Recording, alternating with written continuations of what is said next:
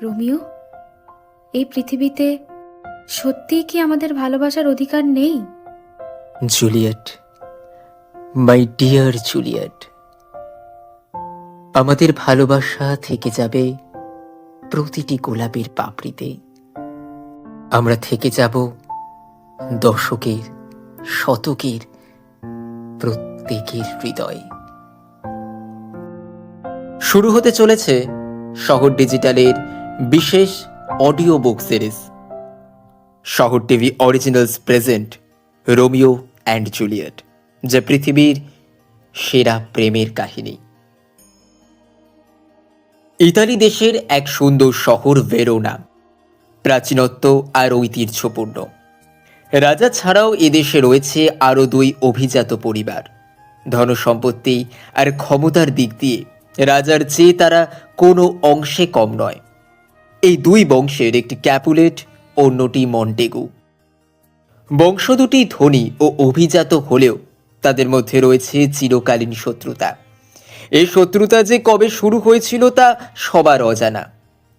উভয় সম্পর্কটা ঠিক সাপে নেউলের মতো। উভয় পরিবারের শত্রুতার প্রভাব তাদের চাকর বাকরদের মধ্যেও পড়েছে। রাস্তাঘাটে যখনই যেখানে দেখা হয়, কোনো না কোনো অজুহাতে একে অপরের সাথে ঝগড়া বাঁধায়, মারামারি করে, আর যার পরিসমাপ্তি হয় রক্তপাতে। একদিন সাত সকালে ক্যাপুলেট পরিবারের দুই চাকর স্যামসন আর গ্রেগারি এসে হাজির হলো শহরের এক জনবহুল ব্যস্ত এলাকায়। তাদের উদ্দেশ্য মন্টেগু পরিবারের চাকরদের সাথে ঝগড়া বাঁধানো। বিরক্তি মেশানো স্বরে গ্রেগরিকে বলল স্যামসন, আমি তোকে পরিষ্কার বলে দিচ্ছি গ্রেগরি, এভাবে প্রতিদিন কয়লার বোঝা বইতে পারবো না। ঠিকই বলেছ, ও কাজ করলে সবাই আমাদের কয়লা খনির কুলি কামিন বলবে। হ্যাঁ দেখ গ্রেগরি, তুই কিন্তু ভুলে যাস না আমি বেজায় রাগী। রাগ হলেই আমি তলোয়ার বের করি। যা যা, তোর আবার রাগ আছে নাকি? দেখ গ্রেগরি, ভালো হচ্ছে না কিন্তু। তুই জানিস মন্টেগুদের বাড়ির একটা কুকুর আজ আমার মেজাজ বিগড়ে দিয়েছে। ওরে স্যামসন, দেখ দেখ, মন্টেগু বাড়ির ধীরে দুটো চাকর এদিকেই আসছে। নে নে, এবার তলোয়ারটা বার কর। না রে, আগে ওদেরকেই শুরু করতে দে, তাহলে আইন আমাদের পক্ষে থাকবে। বেশ, তাই হবে। চল, আমরা ওদের পাশ কাটিয়ে চলে যাই। যেতে যেতে আমি কিন্তু বারবার ভুরু কুঁচকিয়ে এক চোখ বুজে ওদের দিকে ভেঙাবো। ওতে কোনো কাজ হবে না, বরঞ্চ আমি ওদেরকে আমার বুড়ো আঙুল নাচাবো, দেখবি ঠিক কাজ হবে। তাদের উদ্দেশ্য করে বুড়ো আঙুল নাচানো দেখে মন্টেগুদের একজন বয়স্ক চাকর আব্রাহাম এগিয়ে এসে বললেন, ও হে ছোকরারা, তুমি আমাদের বুড়ো আঙুল দেখাচ্ছ? বেশ করেছি, দেখাবই তো। কি বলছো? না মানে তোমাদের নয়, আমি এমনি বুড়ো আঙুল নাচাচ্ছিলাম।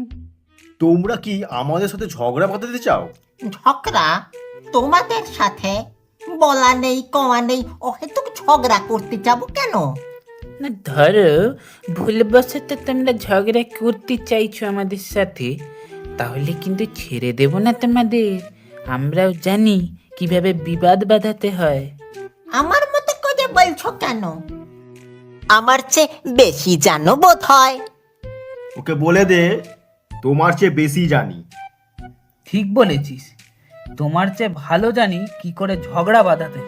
ও হে মিথ্যেবাদী ছোকরারা, আমার সাথে ঝগড়া করার মুরদ নেই তোমার। দাঁড়াও, আমাকে মিথ্যেবাদী বলা মজা দেখাচ্ছি তোমায়। বলেই তলোয়ার বার করে একে অপরের ওপর ঝাঁপিয়ে পড়ল। ওদের এইভাবে লড়াই করতে দেখে ছুটে এলেন সেনর বেনভোলিও। নিজের তরোয়াল বার করে তাদের থামতে বললেন, ওরে গাধার দল, কি করছিস তা তোরা জানিস? ফেল তলোয়ার, থামা তোদের লড়াই। ঠিক সেই সময় ক্যাপুলেট গিন্নির ভাইপো টিবল্ট এসে হাজির সেখানে। বেনভোলিওকে দেখে সে বলল, কি হে বেনভোলিও, এসব ছোট লোক চাকর বাকরদের ব্যাপারে তুমি আবার নাক গলিয়েছো কেন? লড়ার ইচ্ছে হলে আমার সাথে লড়ো, বের করো তোমার তলোয়ার, চিরদিনের মতো তোমার স্বাদ মিটিয়ে দেব।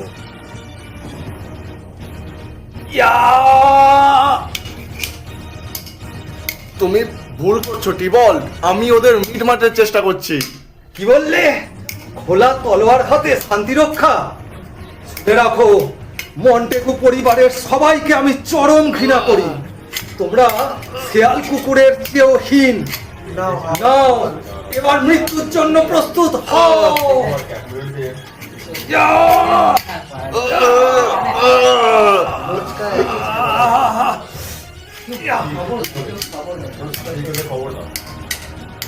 খবর পেয়ে শান্তিরক্ষক তার কয়েকজন কর্মচারীকে সাথে নিয়ে সেখানে এলেন।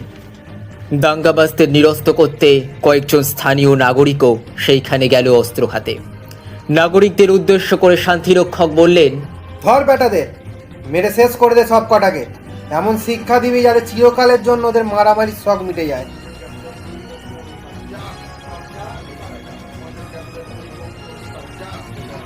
দাঙ্গাবাজ দুপক্ষকে কেন্দ্র করে ধীরে ধীরে জমে উঠল লোকের ভিড়। ওই হট্টগোল, চিৎকার, চেঁচামেচি। মারামারির খবর পেয়ে ক্যাপুলেটদের বুড়ো কর্তা স্ত্রীকে নিয়ে হাজির হলেন সেখানে। গোলমাল দেখে স্ত্রীকে বললেন, শয়তানগুলো আবার মারামারি শুরু করে দিয়েছে। যাও তো, কাউকে পাঠিয়ে আমার তরোয়ালটা নিয়ে আসতে বলো, তারপর দেখাচ্ছি ওদের মজা। তুমি বুড়ো মানুষ, তলোয়ার দিয়ে কি করবে? তার চেয়ে বরং ওই ঠ্যাঙাটা পাঠিয়ে দিই, যাতে করে তুমি চলাফেরা করো। বললেন বুড়ো কর্তা স্ত্রী। না না, ঠেঙ্গাতে হবে না, তলোয়ারই চাই আমার। দেখছো না, বুড়ো মন্টেগো স্ত্রীকে নিয়ে এসেছে, ওর হাতে তলোয়ার রয়েছে। ক্যাপুলেটদের বুড়ো কর্তাকে দেখা মাত্র হেঁকে উঠলেন মন্টেগুদের বুড়ো কর্তা। এই বদমাস ক্যাপুলেট, যদি বাঁচতে চাস তো ওখানে দাঁড়িয়ে থাক, মোটেই বাধা দিবি না আমার কাজে। স্বামীর সঙ্গে তাল মিলিয়ে মন্টেগু গিন্নিও বলে উঠলেন, সাবধান করে দিচ্ছি তোদের, আর এক পাও এগোবি না। এবার ঝগড়া শুরু হয়ে গেল দুই বুড়ো বুড়িদের মাঝে। সে সময় ভেরোনার রাজা এসকালাস তার সভাসদদের নিয়ে সেই পথ দিয়ে যাচ্ছিলেন। গন্ডগোল আর চিৎকার চেঁচামেচি শুনে ঘোড়া থামিয়ে তিনি সেখানে দাঁড়ালেন। তারপর দাঙ্গাবাজদের উদ্দেশ্য করে তিনি বললেন, আবার তোমরা রাস্তায় দাঙ্গা হাঙ্গামা বাঁধিয়েছো? ভালো চাও তো সবার হাত থেকে তলোয়ার ফেলে দাও। রাজার আদেশে সবাই তলোয়ার ফেলে দিয়ে মাথা নিচু করে দাঁড়ালো। এরপর মন্টেগু আর ক্যাপুলেটের দুই বুড়োর দিকে চোখ পাকিয়ে তাকিয়ে রাজা বললেন, আপনারা দুজনেই বয়স্ক লোক, কোথায় আপনারা থামাবেন? তা নয়, তলোয়ার হাতে দুজনেই ছুটে এসেছেন। এই নিয়ে পরপর 3 বার এরূপ কাণ্ড ঘটলো আমার শহরে। আমি আপনাদের সাবধান করে দিচ্ছি, ভবিষ্যতে এরূপ কাণ্ড ঘটলে আমি বাধ্য হব আপনাদের সবার প্রাণদণ্ড নিতে। যান, হাতে তলোয়ার ফেলে নিজে নিজের কাজে চলে যান। তারপর ক্যাপুলেট কর্তাকে উদ্দেশ্য করে রাজা বললেন, আপনি চলুন আমার সাথে। আর হ্যাঁ মন্টেগু, আপনি আজ দুপুরের বিচার সভায় যাবেন। আমার যা বলার সেখানেই বলবো। বৃদ্ধ মন্টেগুর একমাত্র ছেলে রোমিও। সে একজন সুন্দর, সুপুরুষ, স্বাস্থ্যবান যুবক। সে শুধু সুন্দরী নয়, আচার আচরণেও খুব ভদ্র। তার মতো সাহসী বীর যে এ অঞ্চলে খুব কমই আছে। এক কথায় সে একজন আদর্শ তরুণ। বেশ কয়েকদিন ধরেই খুব মন খারাপ রোমিওর। এর কারণ এক রূপসী যুবতী, নাম রোজালিন। রোমিও চায় রোজালিনকে বিয়ে করতে, কিন্তু রোজালিন মোটেও খুশি নয় তার ওপর। বেশ কিছুদিন ধরে রোজালিন না আসায় রোমিওর মন এতই খারাপ যে বন্ধু বান্ধবদের সঙ্গে পর্যন্ত দেখা করছে না। সে পাগলের মতো শুধু বনে বনে ঘুরে বেড়াচ্ছে। তার দুজন অন্তরঙ্গ বন্ধুর মধ্যে একজন মন্টেগু কর্তার ভাইপো সেনর বেনভোলিও, অপরজন রাজার আত্মীয় মার্কুশিও। দাঙ্গা বন্ধ হবার পর রোমিওকে খুঁজতে খুঁজতে তারা এসে হাজির হলো সেই গভীর জঙ্গলে। অনেক খোঁজাখুঁজির পর তারা দেখা পেল রোমিও, যার জন্য রোমিওর এই অবস্থা। সেই রোজালিনকে নিয়ে হাসি ঠাট্টাও করলো তারা, কিন্তু তাতে দমে না গিয়ে বন্ধুদের অনুনয় করল রোমিও যাতে অন্তত একবার হলেও রোজালিনের সঙ্গে দেখা করার ব্যবস্থা তারা করে দেয়।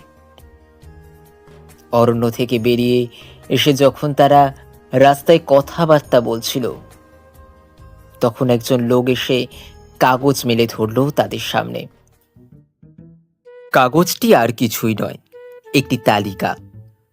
তারা পড়ে দেখল ওতে রয়েছে ভেরোনার সব সম্ভ্রান্ত নারী পুরুষদের নাম। বাদ গেছে শুধু মন্টেগু পরিবার।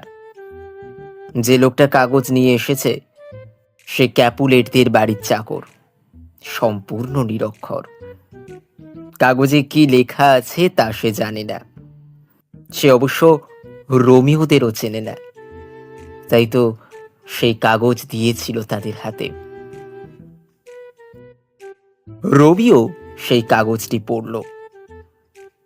তালিকায় চোখ বুলিয়ে রোমিও জিজ্ঞাসা করল, আরে, এই যে দেখছি চাঁদের হাট বসবার ব্যবস্থা হয়েছে। শহরের সম্ভ্রান্ত বংশীয় স্ত্রী পুরুষ কেউই তো বাদ নেই এতে। তা ভাই, এদের কোথায় নিয়ে যাওয়ার ব্যবস্থা হয়েছে? আগে হুজুর, উপরে। কি বললে? উপরে? তা জায়গাটা কোথায়? আগে রাতের বেলা আমাদের বাড়িতে খাওয়া দাওয়া নিমন্ত্রণ করা হয়েছে সবাইকে। এদের কর্তা বলেছেন নাচ গানেরও ব্যবস্থা করা হয়েছে। তা তোমাদের মনিবটি কে বাপু? কেন, ক্যাপুলেটদের বুড়ো কর্তাই তো আমাদের মনিব। তবে আপনি যদি মন্টেগুদের কেউ না হন, তাহলে অনায়াসে সেখানে যেতে পারেন বন্ধু বান্ধবদের নিয়ে। সেখানে গিয়ে রাতে খাওয়া দাওয়াও করবেন। আচ্ছা, আসি হুজুর। রোজালিনের নামই বারবার ঘুরতে লাগলো রোমিওর মাথায়। ওই তালিকায় রোজালিনের নাম আছে, তাই সে স্থির করলো যেভাবেই হোক শুধু রোজালিনকে একবার দেখার জন্য ক্যাপুলেটদের নৈশ ভোজের আসরে রোমিও যাবে।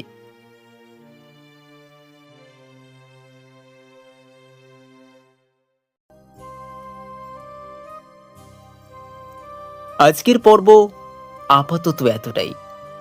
আগামী পর্ব আসছে খুব শীঘ্রই। চোখ রাখুন শহর ডিজিটালের পর্দায়।